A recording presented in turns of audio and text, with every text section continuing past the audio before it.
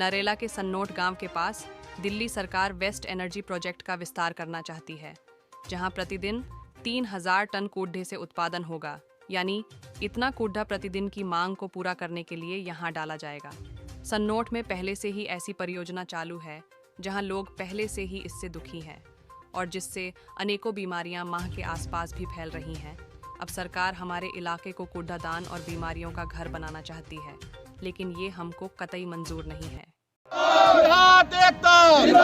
खत्ता हटाओ, खत्ता हटाओ, खत्ता हटाओ, खत्ता हटाओ, खत्ता हटाओ, खत्ता हटाओ, बिहार देवता, बिहार देवता, खत्ता हटाओ, खत्ता हटाओ, खत्ता हटाओ।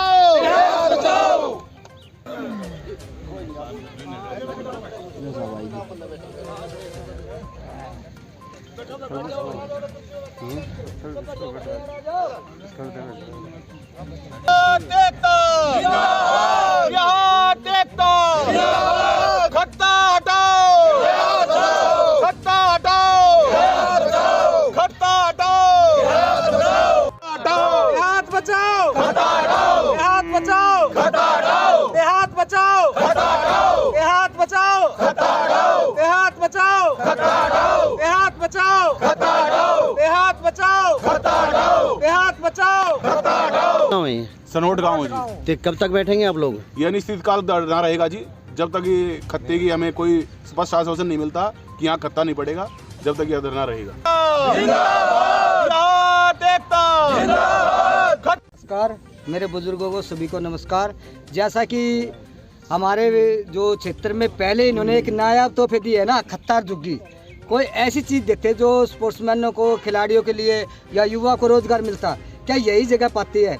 मैं तो कहता हूँ पूरा दिल्ली देहात बहिष्कार कर दे, क्योंकि दूर तक आवाज़ जाएगी ना, पीएम तक आवाज़ जाएगी, राष्ट्रपति तक आवाज़ जाएगी, सीएम तक आवाज़ जाएगी, तभी हमारे क्षेत्र का विकास हो सकता है। ना तो इन्होंने नेगेटिव जोन में डाल रखा है। तो मैं तो ये कहता हूँ, एक कलाकार होने के नाते, एक समाज सेवक होने के नाते पूरे दिल्ली देहात के साथ हूँ मैं। जो हमारे यहाँ जो इन्होंने ये खत्ते डाले हैं ना, अब की बार कोई खत्ता नहीं आएगा। एक युवा जो एक चिंगारी उठाएगी ना, वो कहते हैं जो किया है सो करेंगे, हम क्षेत्र में विकास करेंगे और अच्छा जो युवा साथियों के लिए रोजगार देगा और जो समाज को जो सही दिशा देगा और जो हमारे क्षेत्र में कोई तरक्की लाएगा, युवा को जो रोजगार मिले। और हमेशा कोई भी जो हमें ना आया तो फिर दिया, जिससे बीमार हो चुके हैं, किडनियाँ फैल हो चुके हैं, बच्चों के कैंसर हो चुके हैं, खुजली, पता नहीं अनेकों प्रकार की बीमारियाँ, और इससे ये आ गया ना तो अपंग पैदा होंगे। ये देखो, मैं तो ये कहता हूँ कि हमारे क्षेत्र में इनके जितने भी नेता हैं, इनकी आँख खुलनी चाहिए, क्योंकि यही दिल्ली देहाती क्यों दे रखे हैं इन्होंने, ऐसे हमारा क्षेत्र क्यों ये झुग्गियाँ डालते हैं। झुग्गियों में देख लो कितना क्राइम फैलता है।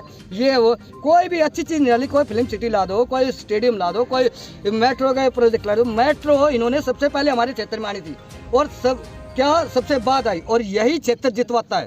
पूरा दिल्ली का इलेक्शन इसी जो नंबर 1 वार्ड है उसी से जीतता है, और यही पीछे क्यों है? तो मैं ये कहना चाहता हूँ पूरी उससे जनता से, पूरी दिल्ली देहात से, कि हमारा साथ दे।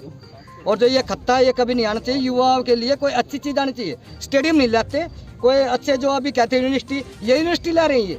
बहुत बढ़िया नरेंद्र जी, आप भी धरने में शामिल हो रहे हैं, क्यों शामिल हो रहे हैं? भाई साहब, ऐसा है, हमने पहले भी जो ना पहले भी इसका बहिष्कार किया था इलेक्शन का, सुन लो मेरी बात, और अब की बार भी इलेक्शन का बहिष्कार करेंगे। नहीं, आपने तो इसका जो आप, लेकिन जो है ना, यहाँ बीमारी इतनी फैली हुई है और कट जाएंगे, मर जाएंगे, सुन लो मेरी बात।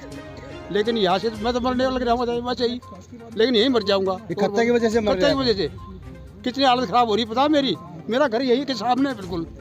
बताओ क्या करें? कहाँ कब तक रहेगा ये धरना प्रदर्शन? ये जब तक रहा, जब तक केजरीवाल हमारी सुनवाई नहीं करेगा और ये खत्ता यहाँ से नहीं हटाएगा, तो तब तक आप यहीं रहेंगे? जी, क्या नाम आपका? रवीश भारद्वाज। रवीश जी, कैसे पता लगा इस चीज़ के बारे में कि यहाँ पे चीज़ें करी जा रही है, और अब जो है जिस तरह से गांव के लोग एकत्रित हो चुके हैं और उन्होंने आज दरी बिछा दी है, कितना साथ दे रहे हैं आप लोग? जी, हमारे देहात में एक कहावत होती है, टर्म यूज किया जाता है, गांव गवांड। तो ये हमारा गांव गवांड है। और पहले सारा सनोट घोगा स्कूलों पढ़ता था और हमने सारी उम्र सनोट में पढ़ाई करी है। तो एकता का परिचय देते हुए अब देहात जाग गया है और देहात की ललकार जो है वो बर्दाश्त नहीं कर पाएंगी सरकारें। आमने सामने की टक्कर है और सबसे छोटी लड़ाई सांस लेने की लड़ाई।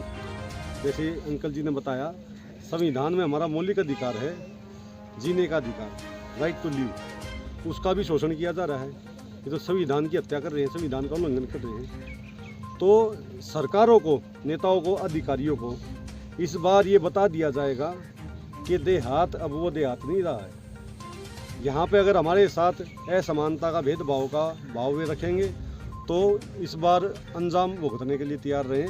बहुत आक्रोश है क्षेत्र में। रमेश जी, एक चीज़ और मैं जान लूँ आपसे कि क्षेत्र के अंदर जो है बाढ़ आ चुकी है होर्डिंगों की।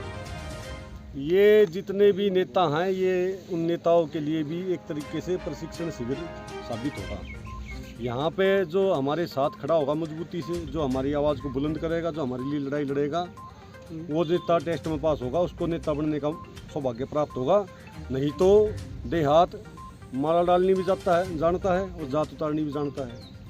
पहले भी सनोट का इतिहास दिया आप लोगों को पता हो तो सनोट ने पहले भी चुनाव का बहिष्कार किया था और इस बार बहिष्कार नहीं होगा। इस बार लड़ाई पूरे क्षेत्र में, पूरा क्षेत्र चुनाव का बहिष्कार कर देगा। घोगा, सनोट, नरेला, बोवाना से सब यहाँ पे साथी खड़े हैं और हजारों की संख्या में आज तो इसकी नींव रखी गई है। कल से आपको एक जन सैलाब ऐसा देखने को मिलेगा, हमारी कुछ शब्द कहने की आवश्यकता नहीं पड़ेगी।